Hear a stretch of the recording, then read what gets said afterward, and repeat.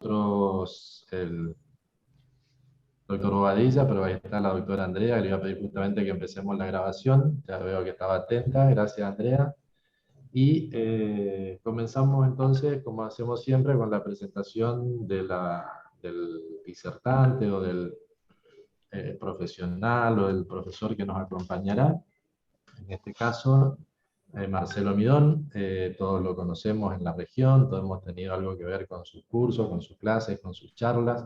En lo personal ha sido un placer poder profundizar el contacto como lo hicimos en la comisión de redacción del código.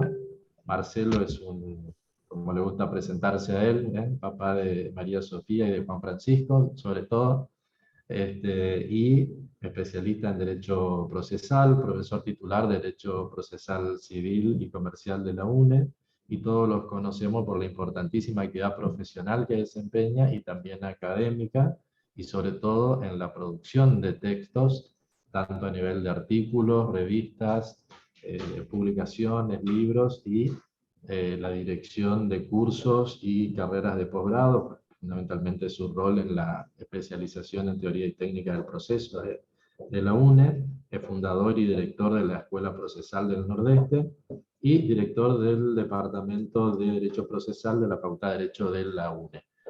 A grandes rasgos, esta es la presentación formal de Marcelo, todos lo conocemos, todos lo queremos, pero siempre está bien recordar cuáles son, entre otras, las razones que llevan a que sea hoy a quien tengamos que escuchar. Así que, Marcelo, un enorme placer. Como dijimos, alrededor de 45 minutos aproximadamente, si te parece apropiado para tu presentación. Vamos a ver una síntesis, digamos así, de las materias más importantes que fueron objeto de esta reforma, de esta enmienda, que fue la dinámica que elegimos, ¿no es cierto? Una síntesis genérica y algunos temas más puntuales, específicos, que se caracterizan justamente por la incidencia dentro de la enmienda, como le llama Marcelo. Así que, Marcelo, todo tuya la audiencia. Muy bien, muchas gracias. Buenas tardes. En primer lugar, el agradecimiento a José María por la invitación y por el diseño de este curso o seminario sobre una temática de inmensa actualidad y de interés para quienes, como quien les habla, ejercemos la profesión en la provincia de Corrientes. De paso también mi felicitación al nuevo cuerpo que conduce al Colegio de Abogados de la primera circunscripción de mi provincia. Pues bien, sin más otro preámbulo, quiero contarles entonces que la provincia de Corrientes acaba de sancionar un nuevo Código Procesal Civil y Comercial que entrará en vigencia en 48 horas el próximo miércoles.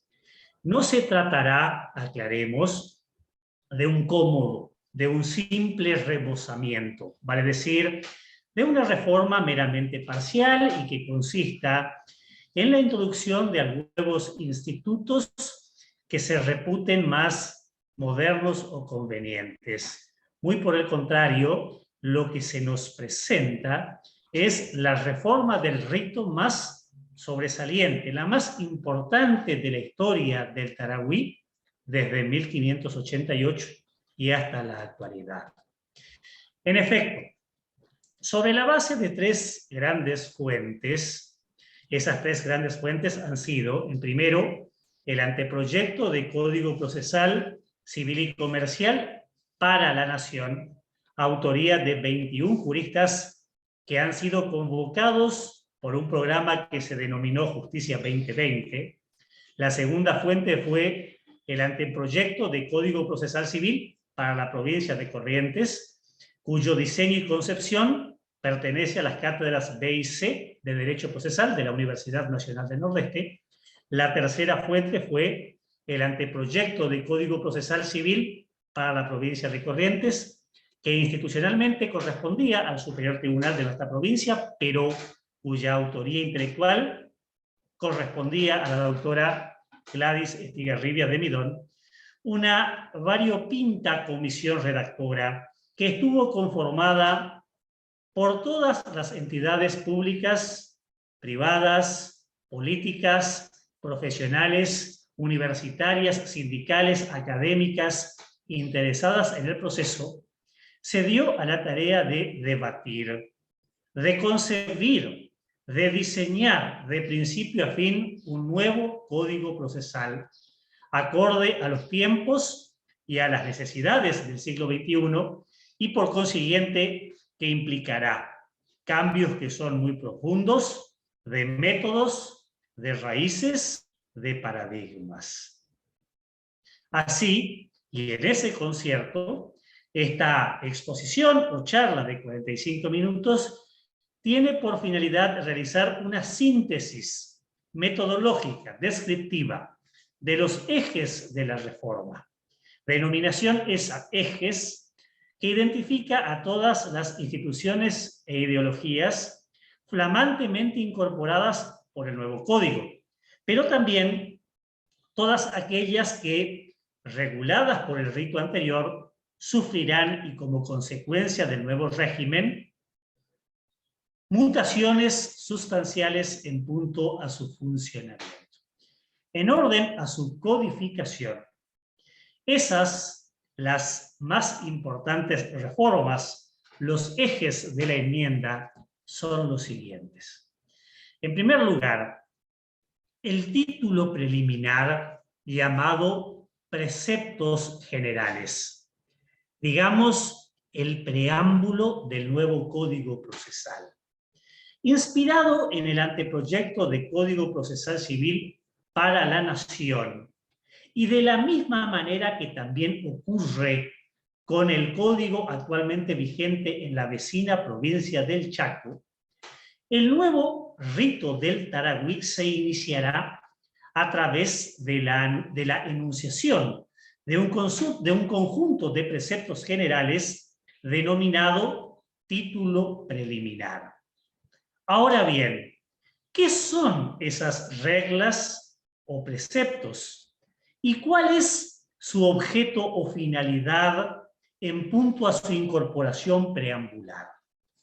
Pues bien, en punto a su naturaleza, el proyectante y el legislador correntino han incluido en este título preliminar varias cosas.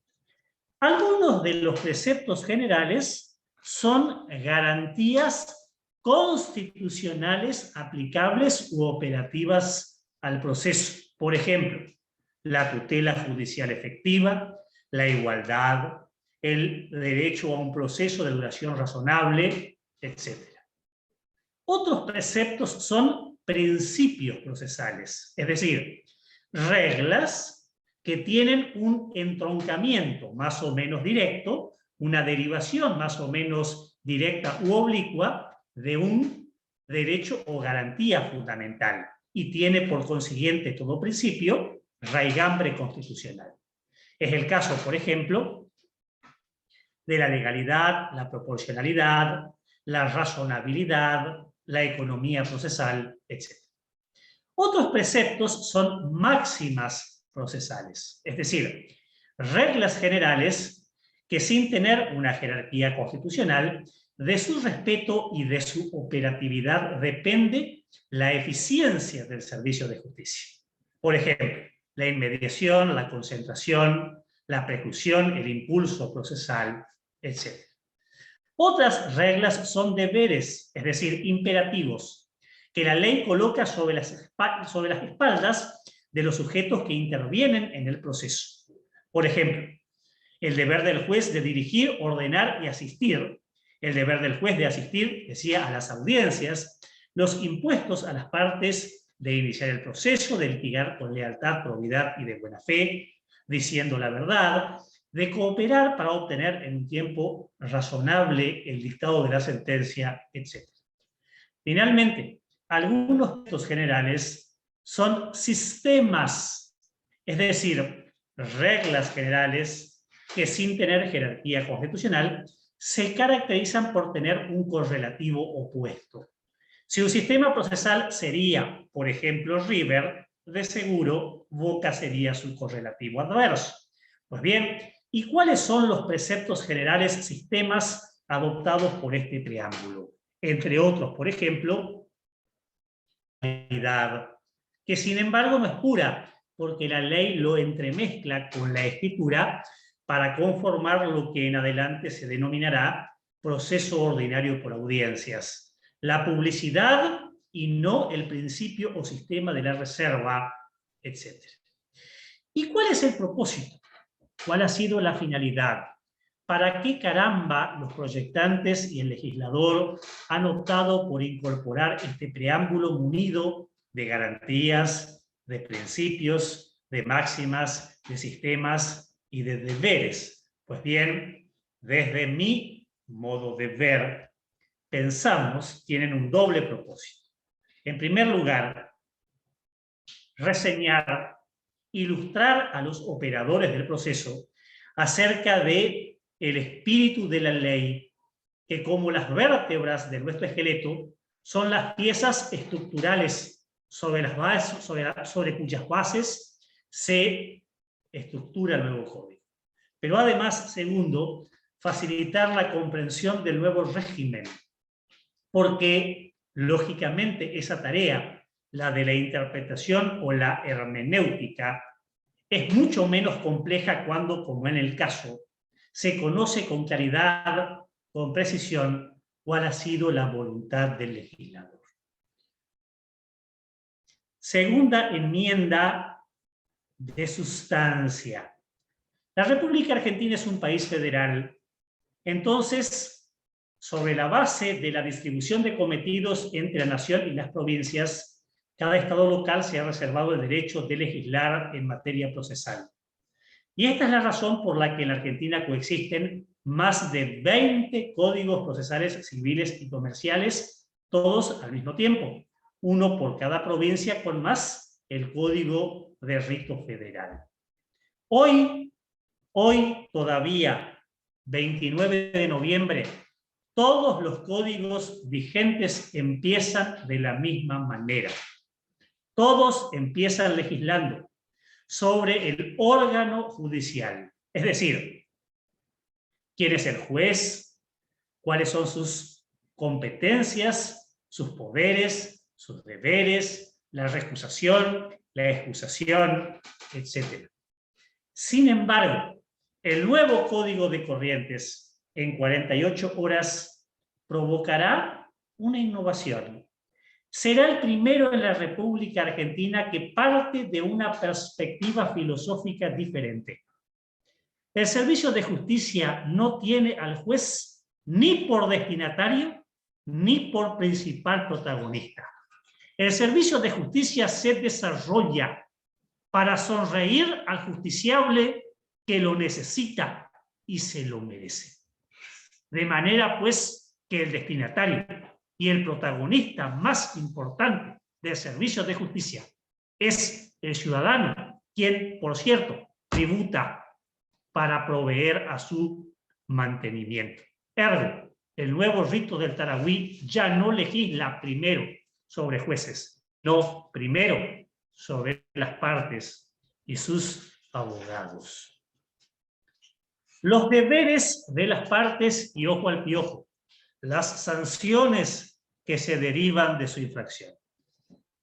En ese primer capítulo sobre las partes, la ley reglamenta qué derechos y qué deberes tiene el justiciable. Entre los deberes, por ejemplo, litigar con lealtad, probidad y buena fe, colaborar con el desarrollo del proceso, evitar conductas dilatorias, alegar hechos respetando la verdad, cooperar con la actividad de la prueba, etcétera, etcétera. Pero una vez enumerados esos imperativos, la ley nos tira la oreja de manera preventiva y nos anticipa.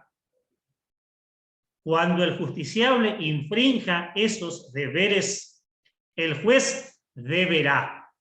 Al juez también le impone entonces un imperativo. Ante la infracción, el juez deberá dos cosas. Primero, imponer una multa al justiciable infractor. Multa cuyo importe será en beneficio de su adversario. Al final de cuentas, el damnificado por su inconducta, pero además el juez deberá, segundo, extraer un indicio en contra del justiciable infractor. siguiente reforma, también de esencia: poder, libertad de formas. A partir del día miércoles, el mandato, es decir, la representación convencional, el poder que de frecuente el cliente nos confía, podrá instrumentarse a través de 3 modalidades, 2 de ellas por todos conocidas. La primera modalidad, acaso la más clásica, a través de la escritura pública. Podremos, como siempre lo hicimos, mandar al cliente, al escribano, para que nos haga un poder por instrumento público. Segundo, podremos también confeccionarlo o instrumentarlo en tribunales a través de lo que se denomina poder apud acta, certificado por el secretario del juzgado interviniente. Pero aquí la innovación: también podremos hacerlo a través de instrumento privado, con la sola firma del cliente y sin necesidad de la certificación de ningún fedatario. Esto significa, hablando en criollo, que cada uno de nosotros, los abogados litigantes, podremos tener en nuestras computadoras un modelo de poder armado, al que solamente habrá que cambiar los datos de identificación de nuestro cliente, el mandante, imprimirlo y asegurar que ese nuestro mandante firme en nuestra presencia. Alcanza y sobra a los fines de la representación, porque, por cierto, esta decisión o esta previsión es congruente con el artículo 284 del Código Civil y Comercial. Desde mi manera de ver, es sumamente auspiciosa porque contribuye a la economía de tiempos, más sobre todo, y en un país cada día más empobrecido, a la economía de gastos. Patrocinante. Aquí otra enmienda que cambia el paradigma. Hasta hoy, todavía con el código vigente, en cualquier parte de la República Argentina, el patrocinante tan siquiera respira sin la firma o sin la presencia física de su cliente. Eso cambia. Ahora y en lo sucesivo, el patrocinante por regla puede hacer cualquier cosa, casi cualquier cosa, en la representación de su cliente. Y ese acto, casi todos ellos serán válidos, por lo menos lo serán por regla, porque solo a título de excepción la ley enumera y de manera limitativa o taxativa qué es lo que el patrocinante no puede hacer. Por ejemplo, no puede, sin firma o sin presencia física de su cliente, no puede promover, contestar la demanda o reconvenir. No puede ofrecer prueba, allanarse a pretensiones que constituyan el objeto de la demanda o reconvención. No puede consentir el fallo o recurrirlo. No puede transigir o conciliar, desistir, cobrar y dar recibo. La intervención de terceros, otra vez, de los más de 20 códigos procesales hoy vigentes en la República Argentina, ninguno de ellos legisla sobre una modalidad de la intervención del tercero llamada autónoma o excluyente.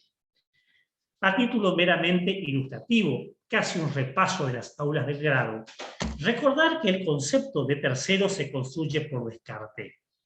Un proceso tiene principalmente por partes al actor, que es el sujeto que promueve la demanda, pero también al demandado, que es aquel contra quien la demanda ha sido propuesta o dirigida. El tercero se construye por descarte. Es aquel sujeto que, sin ser autor de la demanda ni su destinatario, participa del proceso invocando un derecho o interés. Les contaba entonces que todos los códigos hoy vigentes legislan sobre 2 modalidades. Se llaman tercero adherente social y tercero adherente simple. Complejo de contar y además demandaría tiempo. Lo sobresaliente es que nuestro nuevo código legisla sobre la única figura que estaba pendiente. Se llama tercero autónomo. Es el caso en el que, supongamos, el actor y el demandado se disputan, el actor y el demandado, las partes originales, se disputan la propiedad de una cosa. hasta que el tercero espontáneamente se presenta a proceso y la reivindica para sí. El tercero no se alía contra las partes originales, antes bien confronta contra ellas y demanda para sí el mismo objeto de la pretensión original. Procesos con sujetos vulnerables.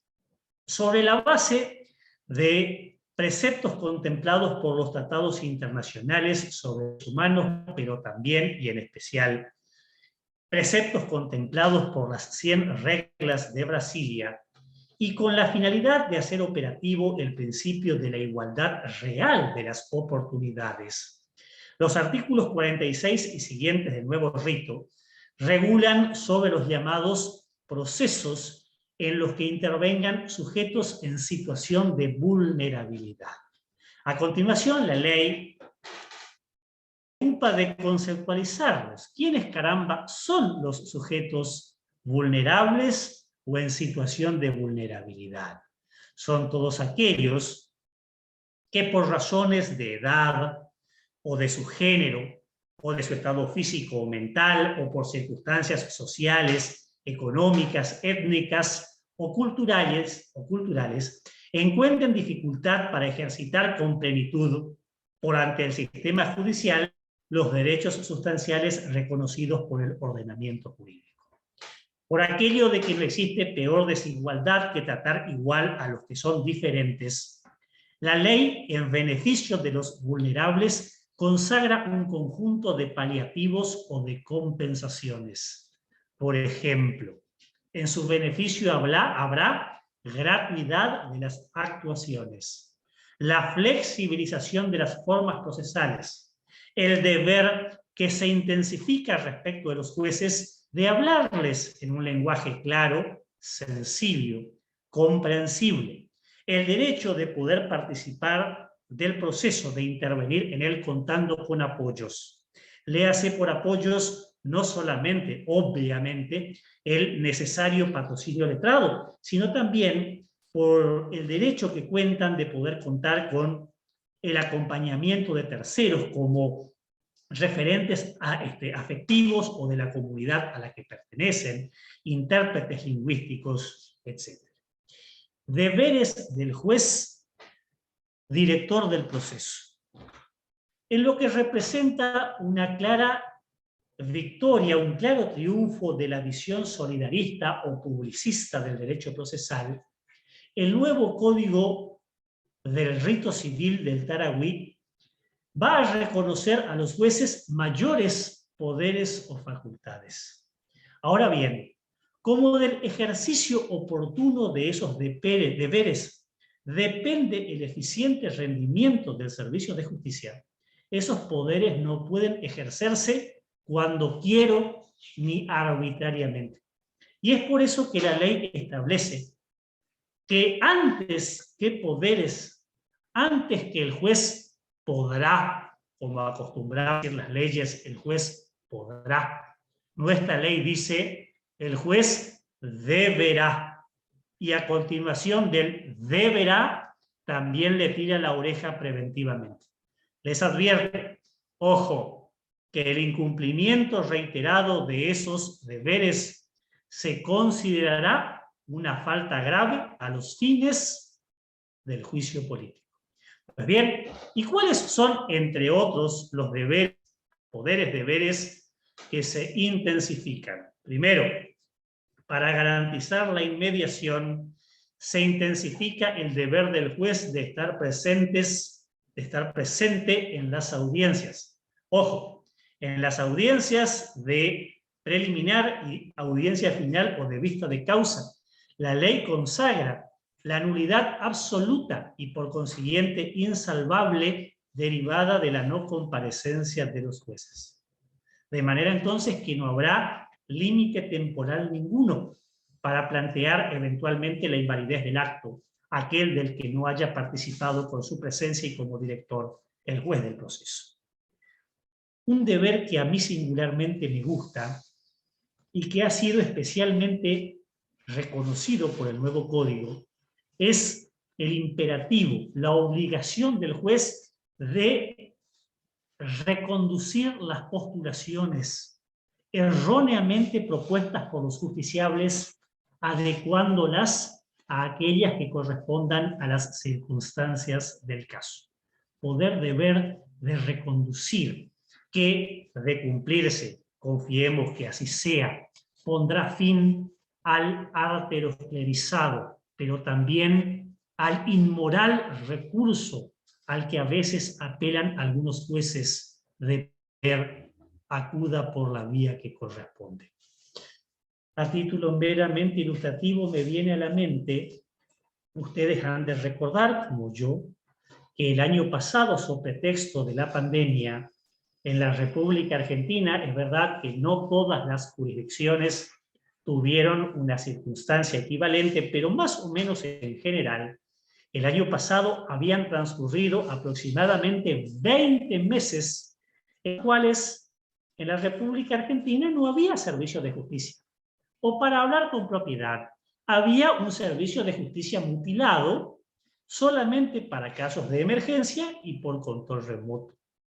Cuando eso ocurrió, trascendió que después de 4 o 5 meses en que los colegas litigantes en la provincia de Buenos Aires se morían de hambre porque no podían trabajar, un colectivo había promovido un amparo contra el Estado de la provincia de Buenos Aires, más concretamente contra su poder judicial, invocando el derecho a la tutela judicial efectiva, el acceso al servicio de justicia, el derecho de trabajar y de ejercer industria lícita. Esos colegas pidieron: levanten la feria extraordinaria. ¿Saben lo que proveyó el juez de Lomas de Zamora, responsable de, según sorteo competente? Acuda por la vía que corresponda. En su interpretación, el amparo no era la vía. Cuestión de interpretación jurídica. El problema es la indecencia de, primero, no reconducir la postulación, y la segunda indecencia, todavía más grave, la de no decirle al justiciable entonces cuál es, en su interpretación, para el caso caprichosa, temerosa, la vía correspondiente.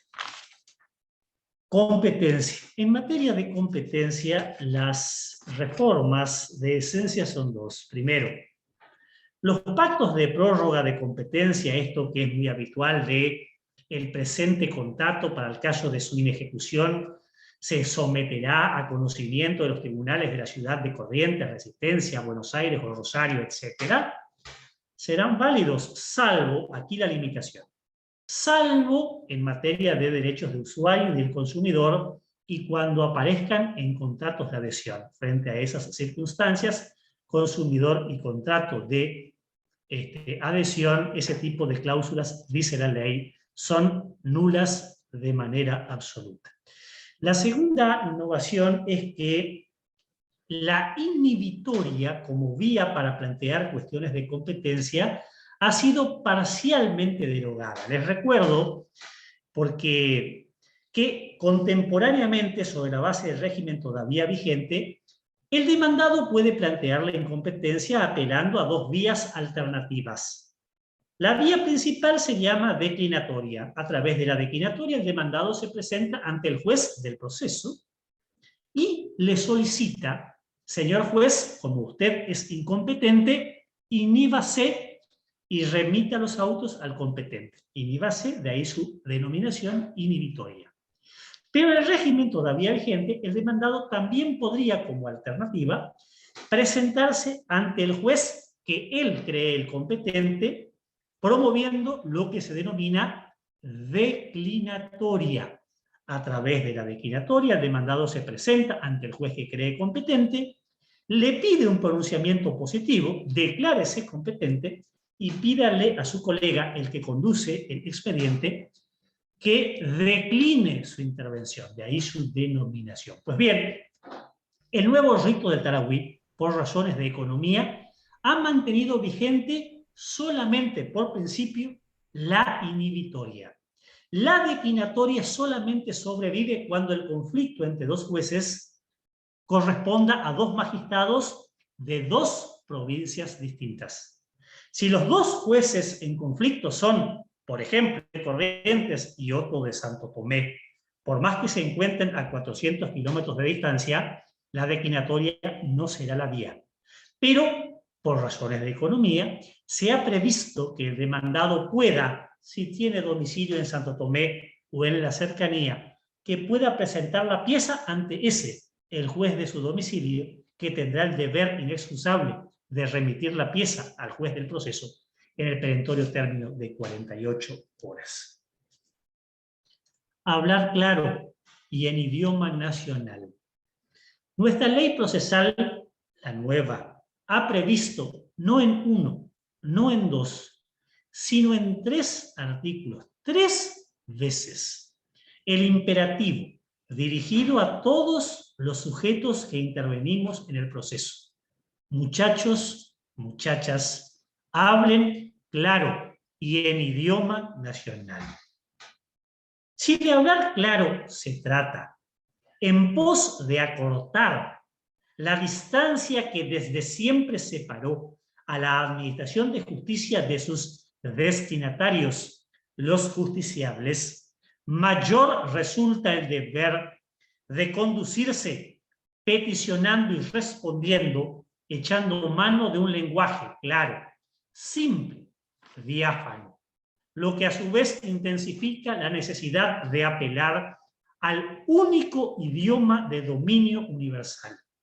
El único idioma universal para argentinos y correntinos es el idioma castellano, el español, y el español descarta entonces, primero, el abuso de adagios en latín, descarta el uso de jergas sectarias y de formaciones éticas.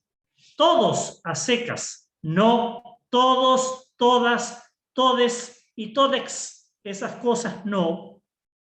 El único lenguaje de verdad inclusivo en la República es el español, porque es patrimonio de todos y sin que importen nuestros orígenes, nuestros géneros, nuestras ideologías, ni nuestras preferencias sexuales o condiciones económicas, políticas, sociales, étnicas, culturales o educativas. Todos es español y el lenguaje claro. El expediente, los oficios y las notificaciones electrónicas. Previa aclaración que la instrumentación de este sistema, el que voy a relatar a continuación, requiere primero la reglamentación, pero sobre todo la previa inversión por el Superior Tribunal de Justicia. En adelante, nuestro expediente será electrónico.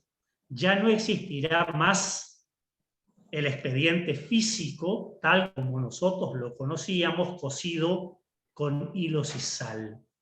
Como el expediente será entonces virtual o electrónico, las presentaciones que hagamos las partes, la demanda, la contestación, el ofrecimiento de pruebas, los recursos, todas nuestras presentaciones serán también digitales.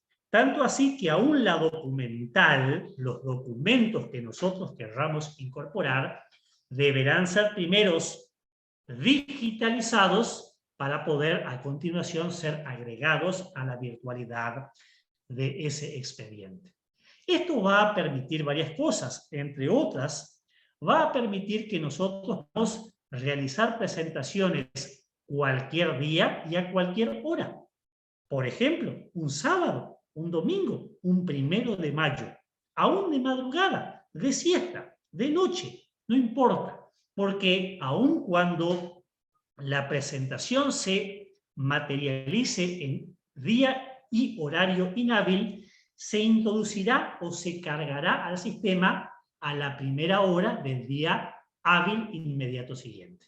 Si yo presento mi demanda electrónicamente un sábado, tendrá entonces cargo, entrada, a las 7 horas del lunes inmediato siguiente.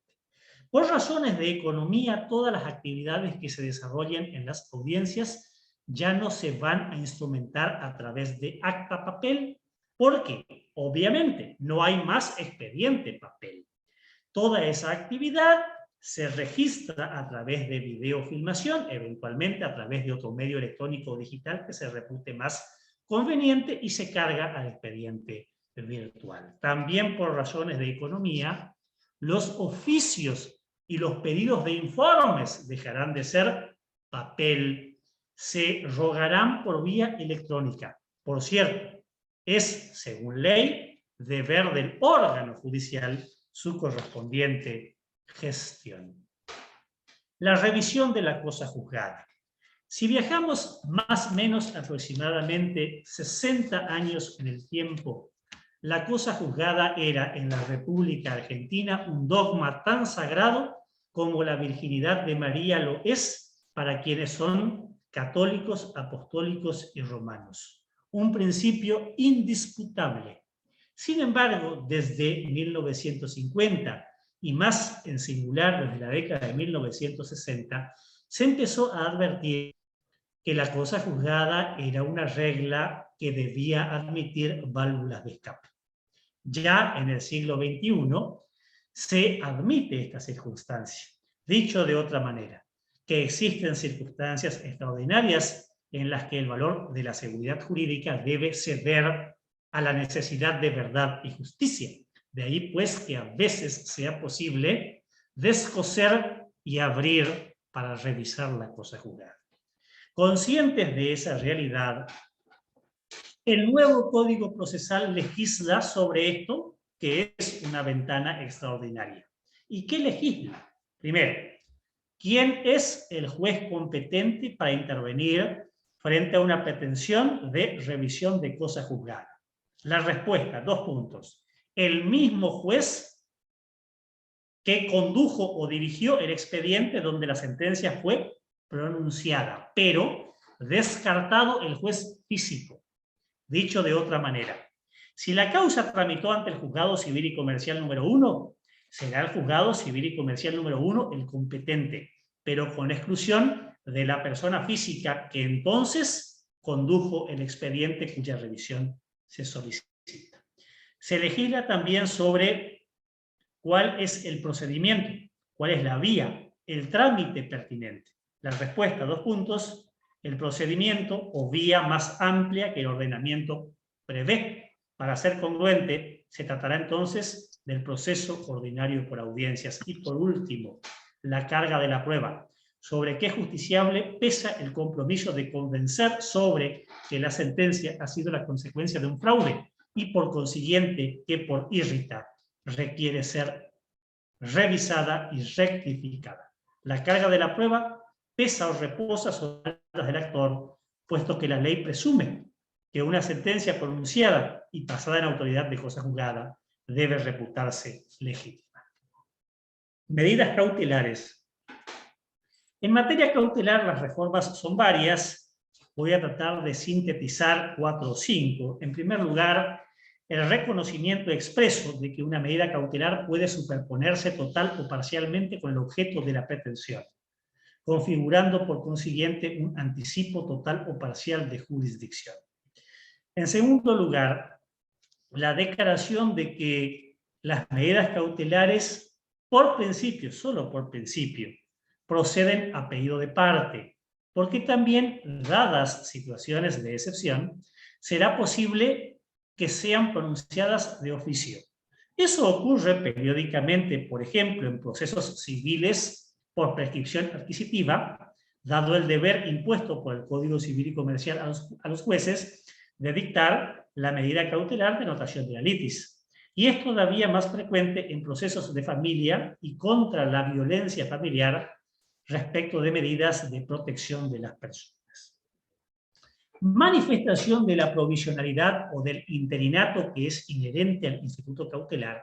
La ley también le ha previsto que los jueces puedan establecer límites temporales, meses, tal vez un semestre, quién sabe, dependiendo de las circunstancias, un plazo que eventualmente podrá ser prorrogado para la vigencia de la medida. Otra innovación creo que es sumamente importante por razones de economía y para evitar la frustración del derecho que es la fuente de la pretensión, el imperativo, el deber que se impone al juez incompetente. En el régimen hoy vigente, si le pedimos una medida cautelar, es incompetente, ese juez por principio debe abstenerse de resolverlo. Y solamente debería hacerlo si el caso es de vida o muerte, urgente. El nuevo régimen procesal modifica esa ecuación y dice así: la medida cautelar se presupone urgente. De hecho, la urgencia es el requisito intrínseco que caracteriza al instituto precautorio. Por eso, porque la urgencia es inherente a la figura, primero que el juez resuelva, por sí o por no, y solamente después de haberse pronunciado y de haberlo hecho positivamente, después de trabada la medida, es que sin prorrogar competencia derivará los autos al juez natural de la causa. Documentos electrónicos u otros en soportes distintos al papel. En el siglo XXI, esta es una innovación, aprovecho que está presente José María. José María ha sido el abanderado en esta innovación. En el siglo XXI, la inmensa mayoría de las operaciones que nosotros de cotidiano celebramos son electrónicas. Compramos dólares electrónicamente, celebramos contratos de plazo fijo electrónicamente. De hecho, de un tiempo a esta parte, hasta tenemos sexo electrónica o virtualmente. En ese concierto, en el siglo XXI, parecía casi un despropósito no reglamentar toda aquella prueba de tipo electrónico, virtual. Había un montón de cosas que reglamentar. Y entonces el Código Procesal, a resumidas cuentas, lo que ha hecho es regular lo siguiente. Primero, ¿cómo es que esos instrumentos virtuales, electrónicos, aquellos que no constan en un soporte papel, deben ser ofrecidos? ¿Cómo el juez juzgará su admisibilidad? ¿Cómo es que con relación a ellos la contraparte debe pronunciarse admitiendo o desconociendo su autenticidad? ¿Cómo es que el juez debe exhibirlos a los interesados? ¿Cuáles son las medidas que debe adoptar para conservarlos, para preservar su integridad y para exhibirlos en los casos en que resulte ilícita o prohibida su incorporación? La caducidad de la instancia. En materia de caducidad de la instancia, los cambios también son dos, o por lo menos los más importantes. Primero, la abreviación de los plazos. Ahora solamente hay 3 plazos. 1, 6 meses para el proceso ordinario por audiencias y nada más. 3 meses para todo lo demás, es decir, para todos los demás procesos, en primera instancia, en segunda y en ulteriores instancias, y 1 mes el incidente de caducidad de la instancia. La segunda enmienda tiene que ver con que, en virtud de la interpretación restrictiva inherente al instituto de la perención y para evitar el sacrificio del derecho a un efectivo acceso al servicio de justicia, la previsión de que estará prohibido, por principio está prohibido, declarar la caducidad de la instancia respecto de procesos que se encuentren en estado muy avanzado, salvo que por las circunstancias del caso, acá la excepción, salvo que por las circunstancias del caso exista inequívoco convencimiento de que el actor ha desistido del proceso. En materia de apelación, los cambios son, digamos que, copernicanos. ¿Por qué? Bueno, en primer lugar porque nosotros, hasta aquí y en cualquier parte del país, prácticamente, en materia de apelación, la regla es que la sola proposición del recurso suspende, paraliza la ejecución de la recurrida. Eso, sin embargo, en adelante ya no será así. La regla consiste en lo siguiente. Si la sentencia recurrida es definitiva, solamente si es definitiva, el recurso de apelación suspende. Si la recurrida, en cambio, es interlocutoria o providencia simple que cause agravio irreparable, el recurso de apelación por regla, y salvo supuestos taxativos, no provoca ese efecto. La parte podrá patalear, chillar y apelar, pero entre tanto se cumple. Aún tratándose de sentencias definitivas, la apelación tendrá efecto no suspensivo en algunas singulares situaciones. Por ejemplo, si la sentencia tiene fuente o base en la doctrina de la Corte o del Superior Tribunal de Justicia, el recurso de apelación que contra ella se interponga tendrá efecto no suspensivo. Lo mismo, vinculado, el Código Procesal Nuevo regula lo que se denomina ejecución provisional de la sentencia, aunque esté sometida al recurso. ¿Qué significa? Si el beneficiario por la condena patrimonial, porque la condición es que la sentencia sea de tipo patrimonial, tiene interés en su ejecución o cumplimiento, podrá obtenerlo de inmediato, aunque la sentencia haya sido recurrida, a través del depósito de una contracautela suficiente. Vinculado con esto, y como ocurre ya en Corrientes en el régimen del proceso laboral, la regla ya no será el trámite inmediato. ¿Qué es el trámite inmediato? Nosotros, hoy, en el proceso civil, estamos acostumbrados a que, por regla, interpuesto el recurso, concedido, tan pronto se interpone, se sustancia y se concede, el expediente se eleva y se resuelve inmediatamente por la Cámara. A eso se llama el trámite inmediato. En adelante, y al menos por regla, el trámite será diferido. Significa que por regla, no obstante la apelación, el expediente permanece en primera instancia. Permanece hasta que se dicte la sentencia definitiva y hasta que se apele la sentencia definitiva, porque solo entonces, por razones de economía y de concentración, ambos recursos serán elevados para ser resueltos simultáneamente por el Tribunal de Alzada. Los nuevos tipos procesales, las tipologías, los procedimientos clásicos que nosotros conocíamos, léase el proceso ordinario, el sumario y el sumarísimo, han sido por completo derogados, ya no existen. El proceso ordinario ha sido reemplazado por lo que en adelante se llama proceso ordinario por audiencias.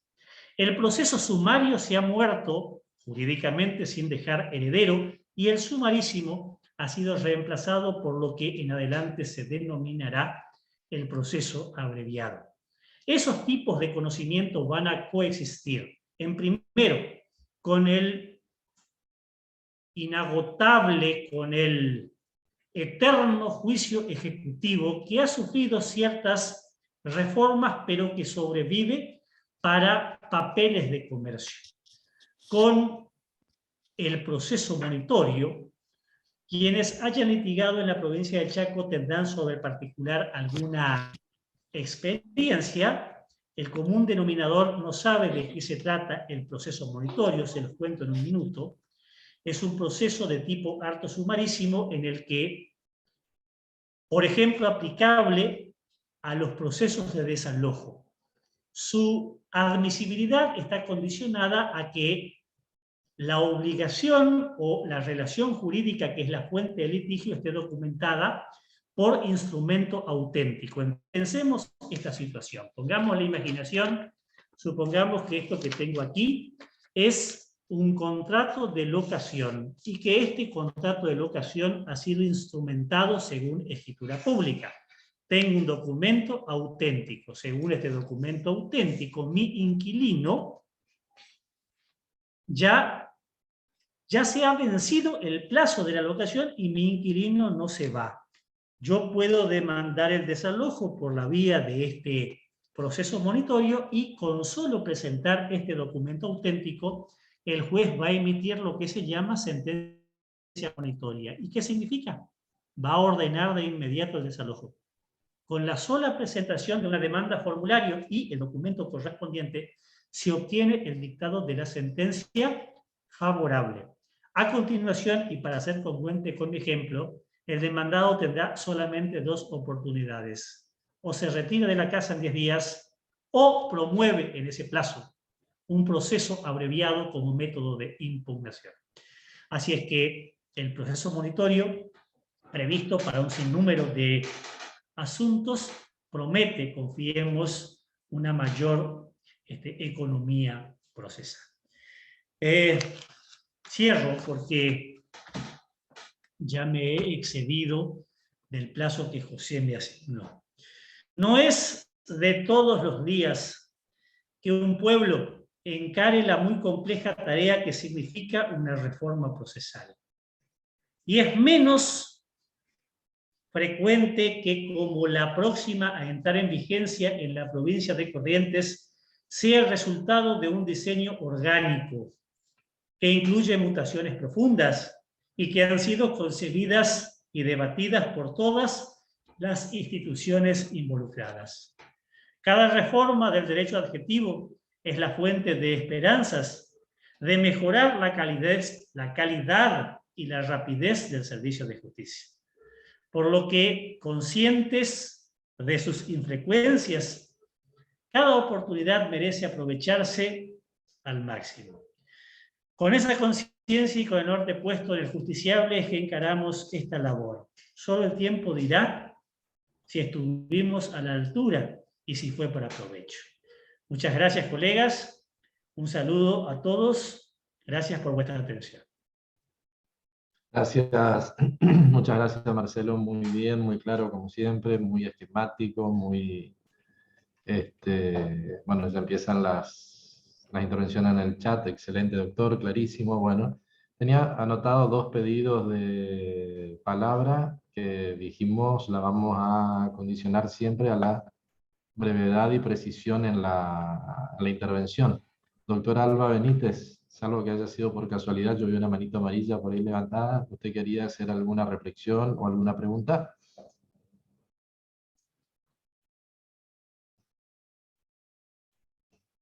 Si no es así, entiendo que el doctor Irasusta, Pedro Irasusta, también había levantado la mano en algún momento de la exposición.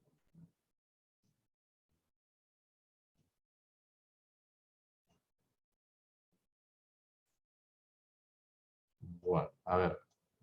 Ahí, mientras tanto, simplemente nos hacen una seña para quien quiera hacer alguna reflexión oralmente. Una de las intervenciones en el chat pregunta si se regularon mecanismos para asegurar la inmutabilidad de las pruebas digitalizadas. Creo que al pasar, creo que Marcelo lo respondió, pero a lo mejor querés profundizar un poquito sobre eso. Sí, precisamente el capítulo al que hice referencia, titulado Documentos que no obran en soporte papel, ha previsto cuáles son los mecanismos para la conservación, para la preservación de ese tipo de instrumentos y cuáles son, por consiguiente, también los protocolos para su exhibición. Cómo lo conservamos, cómo evitamos que ese tipo de documentos digitalizados puedan ser deteriorados o puedan ser de alguna manera invadidos o reformados, y cómo se los mostramos a los interesados en acceder a ellos. Sí está previsto. Bien, gracias Marcelo. Una reflexión de María Eugenia dice que hay todavía organismos que no aceptan oficios con firma digital como el registro de la propiedad inmueble y el registro civil. Bueno, por eso es que la ley dice que los pedidos de informes y la erogación de documentos se hará por vía digital en tanto sea posible. En tanto sea posible.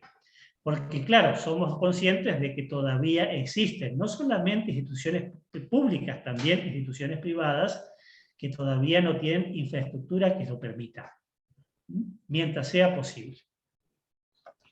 Hay una pregunta concreta, aparte de muchas felicitaciones, Marcelo, como siempre. Dice Emilia Gisela Gómez, habla de que no quedó claro si queremos promover un juicio de desalojo, ¿se puede plantear por el proceso monitorio? Naturalmente, en la medida, pero la condición del proceso monitorio es que la relación jurídica, que es la base, la fuente, el antecedente de la pretensión, esté documentada por documento, por instrumento auténtico. Es decir, o el instrumento será público o el instrumento será privado auténtico. Por ejemplo, porque las firmas de los sujetos intervinientes han sido certificadas por escribano público o por algún fedatario autorizado. En esos casos sí. Si el contrato de locación es de palabra o no tenemos un documento de esas características, el desalojo va a tramitar según un procedimiento de tipo especial, un proceso de conocimiento bastante parecido a la estructura del proceso de desalojo que hasta ayer conocíamos. Bien, no me queda claro una reflexión, una pregunta. Si se podrá iniciar cuando haya cesión de derechos hereditarios por instrumento privado con firma certificada por escribano. Si el proceso monitorio se podrá iniciar cuando haya cesión de derechos hereditarios por No, instrumento si hay privado. cesión de derechos hereditarios, a ver, el proceso monitorio es un proceso de tipo contencioso. Significa que alguien quiere obtener algo en contra de otro. La cesión de derechos hereditarios se formula para hacerse valer en un juicio de tipo sucesorio. Los sucesorios son, por regla, procesos de tipo voluntario. Existe un conflicto, pero no existe una contienda. Lo que yo quiero obtener, no lo quiero obtener en contra de otro. Por consiguiente, jamás la cesión de derechos hereditarios podría tramitar conforme al procedimiento de un proceso monitorio. Tampoco podría tramitar según las reglas del proceso ordinario, ni conforme a las reglas del proceso abreviado, porque todos esos son tipos procedimentales de tipo contencioso y la sucesión es de tipo voluntaria. Para hacer entonces respuesta final a la pregunta del colega, la cesión de derecho hereditario se hará valer en el esquema o en el marco de un proceso sucesorio. El proceso sucesorio no ha mutado en punto a su reglamentación, salvo detalle en respecto de lo que nosotros conocíamos con anticipación. Bien, acá muy interesante una reflexión. Dice, doctor, ¿puede ser que los interdictos fueron suprimidos del nuevo código? Perdón, José, no te escuché. La pregunta Repetime. es si los interdictos fueron suprimidos del nuevo código. Sí, los interdictos han sido suprimidos porque, por cierto, también el proceso sumarísimo, que era la estructura a través de la cual el proceso de interdicto se sustanciaba, ha sido abrogado. Ahora, las acciones para la protección de la tenencia o la posesión de derechos reales sobre inmuebles se hará valer a través de lo que se denomina proceso abreviado, que es el heredero o el sucesor. En la teoría debería ser más breve y expeditivo que el proceso sumarísimo. Bien, hay una pregunta si esto queda grabado. Sí, en el YouTube del colegio están todas las clases de este curso. Inmediatamente terminada esta va a estar subida también la grabación. ¿La división de condominio se tramitaría solo por proceso monitorio? Preguntan. La división de condominio, mira, no recuerdo de memoria, la ley hace una enumeración de tipo taxativa, es decir, limitativa acerca de los asuntos que son susceptibles de tramitar por la vía del proceso monitorio. Casi que jugaría simbólicamente una cerveza que la partición del condominio está incluido, casi con seguridad, pero no me atrevo sin tener el código abierto a afirmarlo con toda certeza. Habría que buscarlo en el capítulo pertinente del proceso monitorio entre los asuntos que la ley enumera con carácter taxativo. Sí, efectivamente, ganaste la cerveza, ¿Gané la Marcelo. cerveza? Bueno, Dice la división de condominio. voy a aprovechar el calor entonces para consumir. Bien. Hay una referencia que por ahí sería importante, Marcelo, también marcar respecto de cómo van a operar los procesos de familia con la sanción del Código de Familia y de este Código Procesal Civil y Comercial, porque hay preguntas relativas a procesos de familia, bueno, muy bien, como alimentos, por ejemplo, ¿no? La provincia de Corrientes también sancionó muy recientemente un nuevo Código Procesal de Familia y de la Violencia Familiar. Ese nuevo código entrará en vigencia a partir de más o menos aproximadamente entre febrero y marzo del año próximo. Entonces, en el mientras tanto, los procesos de familia se van a regular o se van a desarrollar sobre la base del Código Procesal Civil y Comercial que entra en vigencia a partir del día miércoles. Una vez que entre en vigencia el Código de Familia, será ese, el Código de Familia, la ley madre, la ley columna vertebral a la que se le aplicará de manera supletoria, de subsidio y en todo lo que ponga el nuevo Código Procesal Civil. Recapitulando, alimentos, todo lo que tenga que ver con alimentos de aquí y hasta la entrada en vigencia del nuevo Código de Familia se va a regular sobre la base de Código Civil y Comercial vigente con más Código Procesal Civil nuevo, el que entra en vigencia el día miércoles. Hay alguna referencia también a una cuestión que seguramente está vinculada al Acuerdo Extraordinario 8 del Superior Tribunal respecto de el proceso de digitalización y cómo es la progresión en ese sentido. No sé si te querés incorporar eso, Marcelo. Sí, sobre la reglamentación de lo que es la materia electrónica, preferiría no pronunciarme porque esa no es una especialidad. Yo de casualidad sé que electrónico es una palabra esdrújula y que lleva acento por consiguiente en la O. Hasta ahí llega mi conocimiento sobre la materia. Lo que sí, en esa misma acordada, se reglamenta cuál es el mecanismo de implementación de la norma procesal, porque claro, el miércoles entra en vigencia esta nueva ley y en el camino la provincia de Corrientes se va a encontrar más o menos aproximadamente con entre 100.000 y 200.000 expedientes en trámite, procesos que dieron comienzo o inicio durante la vigencia del régimen anterior, pero que todavía no han culminado. ¿Qué ley se aplica a esos procesos? Pues bien, muchas de esas respuestas ya están, la inmensa mayoría, yo diría todas, ya están establecidas en las cláusulas transitorias que corresponden al nuevo Código Procesal. A mayor abundamiento está acordada la del Superior Tribunal, pretende, no me queda claro que el objetivo se haya cumplido, pero pretende echar claridad sobre las previsiones transitorias del Código Procesal. Creo que comparto, Marcelo, la línea esa, creo que a eso apunta la designación de algunos juzgados en cada jurisdicción, en cada circunscripción, a los cuales van a empezar directamente con los expedientes electrónicos, digamos, una especie de prueba piloto, que en Capital ha sido seleccionado el Juzgado Civil 12, ¿no es cierto? Sí, si podemos profundizar un poquito, pues vinieron varios requerimientos, preguntas concretas respecto de bueno, la aplicación en el tiempo, digamos, ¿no? Las cláusulas transitorias, ¿podemos explayarlo un poquito, Marcelo? Es decir, decimos entramos en vigencia el próximo miércoles, menos de 48 horas.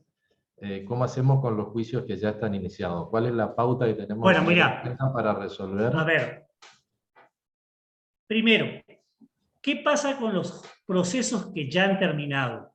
Porque el día 1 de diciembre vamos a encontrarnos con cientos de miles de expedientes que ya han culminado durante la vigencia de la ley anterior.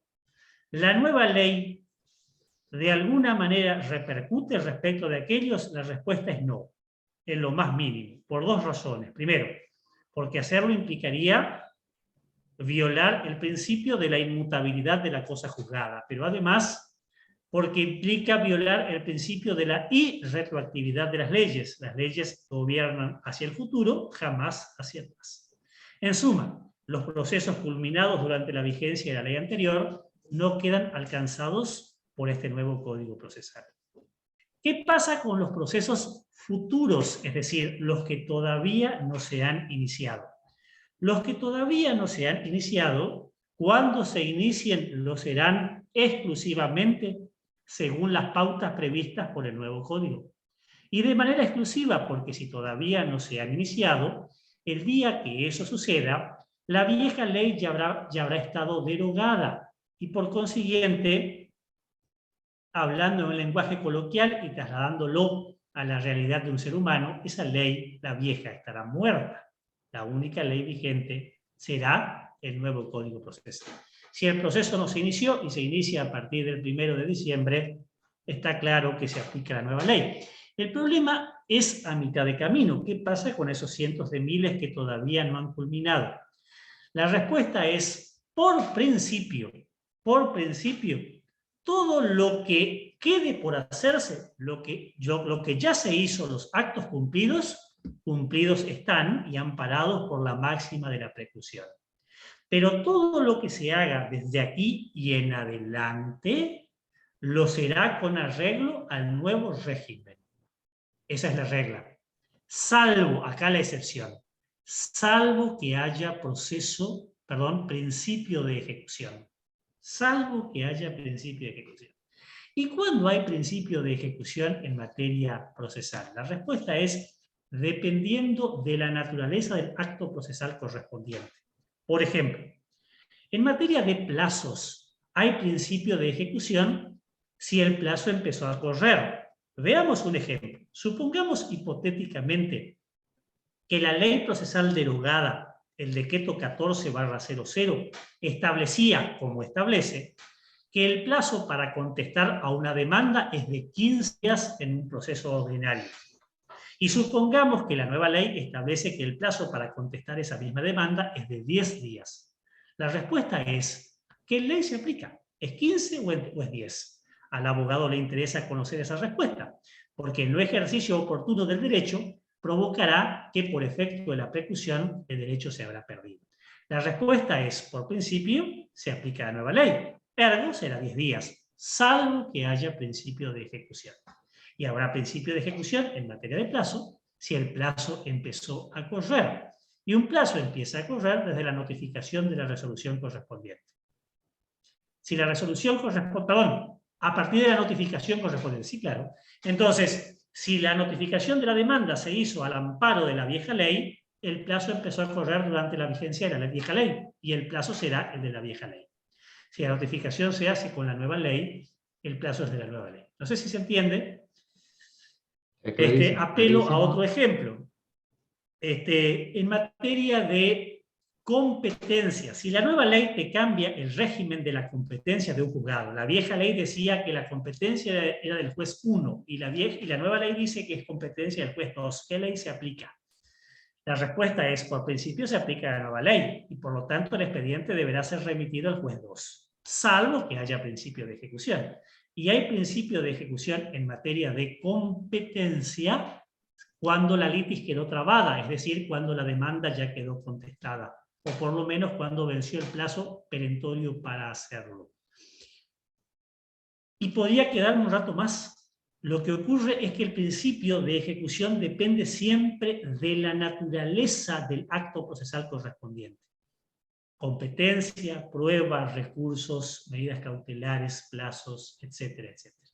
De paso, les paso este tema, el de la aplicación de la ley procesal en el tiempo, es el capítulo 1 o 2 de un libro que se presenta el día jueves y que se llama El nuevo proceso civil del Tarahui.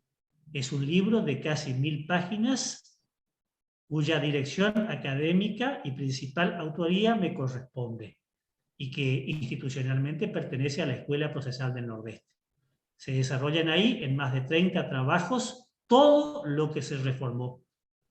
La plenitud de la reforma está condensada en ese libro. Lo que no se reformó no está. Y no hay ninguna cosa que se haya reformado que no se aborde ahí. Lo que no se reformó, ustedes, colegas, ya lo tienen en sus actuales bibliotecas. Perfecto. Hago una reflexión, Marcelo, una pregunta.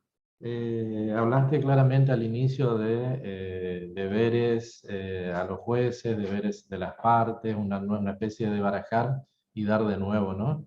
En la cultura que venimos manejando hasta ahora.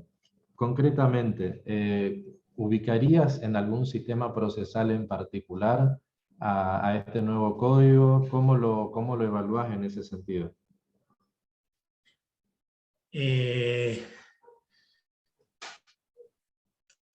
Digo porque a partir de ahora se debería, con un nuevo código, generar una nueva cultura, ¿no? Procesal, una nueva cultura judicial, una nueva cultura jurídica en general.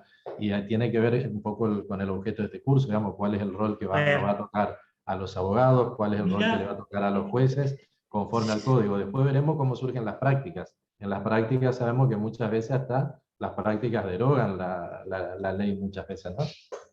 Sí.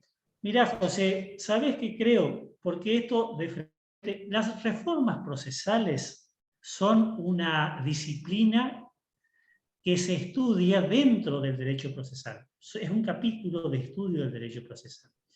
Corrientes no es la primera en reformar su código. Esto ha pasado cientos de veces en la historia de la humanidad. El corolario de las reformas en general anticipa lo siguiente. Un cambio de verdad no depende principalmente del cambio de la ley. El cambio de la ley es el tercero y es el menos importante de las mutaciones de las que depende una reforma de verdad. El primer cambio del que depende la eficiencia de una reforma es que cambie el chip, la mentalidad de los operadores. Si quienes, como los jueces, tienen por función aplicar e interpretar la ley y dirigir los procesos, lo siguen haciendo con la misma mentalidad inherente al siglo XX, el cambio de la legislación no va a cambiar absolutamente nada. Por la misma razón, si quienes como vos o yo somos litigantes y por consiguiente los escuderos de los jueces y traemos ante ellos los problemas, seguimos haciéndolo con la misma mentalidad del siglo XX, la cosa también dificultosamente va a cambiar. La primera condición de una enmienda para que sea real y eficiente es que quienes son sus operadores cambien su mentalidad y se capaciten a ese efecto. La segunda condición es que se adopten las previsiones presupuestarias y las reformas de las que son necesarias. Voy a utilizar una metáfora para que se entienda. El Código Procesal de Corrientes es probablemente el más moderno del país. Comparado con un auto es probablemente una Ferrari, pero todo aquel que vive en la región sabe que una Ferrari no puede conducirse en ningún lugar de la región. En la ciudad de Corrientes la romperíamos en cada esquina, en cada boca calle, porque son autos así definidos. Ahí está. En los pueblos del interior se romperían en las calles de tierra. Esos autos, las Ferraris, han sido concebidas para desarrollarse y para conducirse en las autopistas de Europa. Sin infraestructura y sin previsión, una Ferrari en Corrientes solamente podría lucirse en la foto de Facebook o de Instagram. Entonces, la segunda condición de la reforma para su eficiencia es que el Estado adopte las previsiones que se requieren. Por ejemplo, recién hablábamos del expediente electrónico. Hasta que ese expediente electrónico exista, todavía hoy, 500 años después, casi, seguiremos conviviendo con el método medieval del expediente cosido con hilos y sal. Entonces, y esto a título meramente ilustrativo. Las reformas de leyes contribuyen en la medida en que primero los operadores del proceso lo hagan y el Estado aporte su granito correspondiente. No sé si compartís conmigo, José, Coincido, pero eso es un poco la conclusión de la ciencia jurídica cuando coteja el resultado de las enmiendas en otras latitudes y en otros tiempos.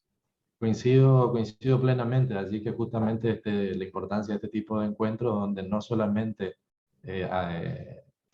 repitamos el cómo se debería hacer, que digan algunos, sino también continuar con espacios como lo fue el propio mecanismo de la reforma, con espacios participativos donde se puedan poner en tela de juego todo el contenido de la reforma y que no retomemos conductas donde la nave la guía uno solo de los operadores jurídicos, un solo sector de los operadores jurídicos.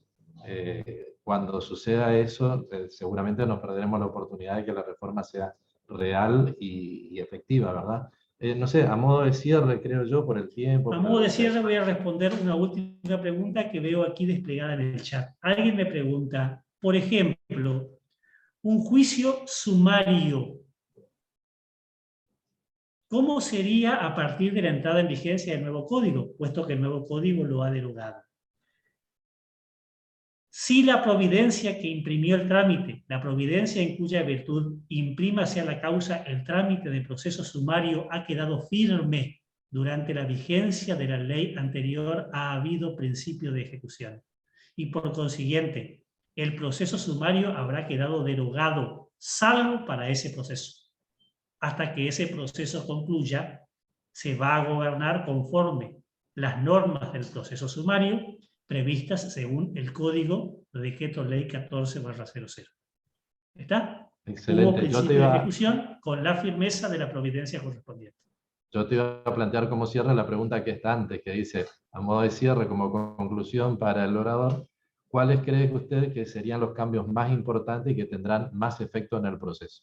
Esto ya es prestidigitación casi, así que vamos a ver si podemos transversar. ¿Qué cambios a mí me parece que pueden adoptarse a la brevedad y que pueden ser sumamente significativos? Es el tema de la notificación electrónica. Eso es un tema que me pasó inadvertido, que me olvidé.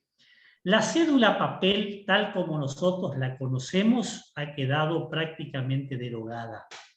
La cédula papel solamente sobrevive para 3 taxativas hipótesis. Para todos los demás casos, las resoluciones que antes se notificaban a través de cédula papel, ahora se van a dar al domicilio electrónico, es decir, al email del abogado. El mismo día que se carga la notificación, los abogados tenemos oficio, sabemos que la notificación del día lunes se carga el viernes y la notificación del día jueves se carga el miércoles. El día en que se carga la notificación, ya el sistema despacha electrónicamente la resolución al domicilio electrónico. Eso permite ganar muchísimo en tiempo. Alguna vez, hace más de 20 años, se hizo en Argentina un estudio estadístico sobre cuáles son los tiempos muertos del proceso. Adivinen cuál fue la respuesta por excelencia: las notificaciones por cédula.